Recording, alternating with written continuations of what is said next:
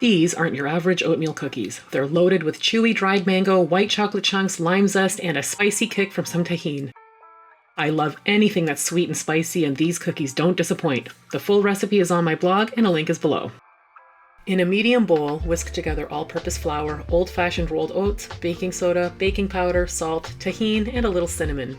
I like old-fashioned oats for those big flakes which give the cookies a great chewy texture. Next, zest a lime straight into your sugar. Rub the zest in with your fingertips to help release all those fragrant oils. The lime zest really brightens up the mango and Tajín flavors. Add that lime-infused sugar to the softened butter and cream until light and fluffy, about 2 to 3 minutes. This step sets up the soft and chewy texture. It should look pale and airy, like this. Add an egg and a splash of vanilla and mix until completely smooth. Add the dry ingredients and mix on low, just until combined.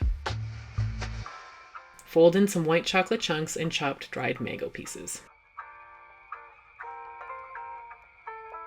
Scoop the dough onto a parchment-lined baking sheet, leaving lots of space. Press a few extra mango pieces and chocolate chunks on top of each dough ball, then sprinkle on a little extra Tajín. Bake at 350 degrees Fahrenheit for 12 to 14 minutes until the edges are golden but the centers are still soft. Let them cool on the pan for a few minutes, then transfer to a wire rack to cool completely. These cookies are soft, chewy, sweet, and spicy, a totally addictive twist on oatmeal cookies.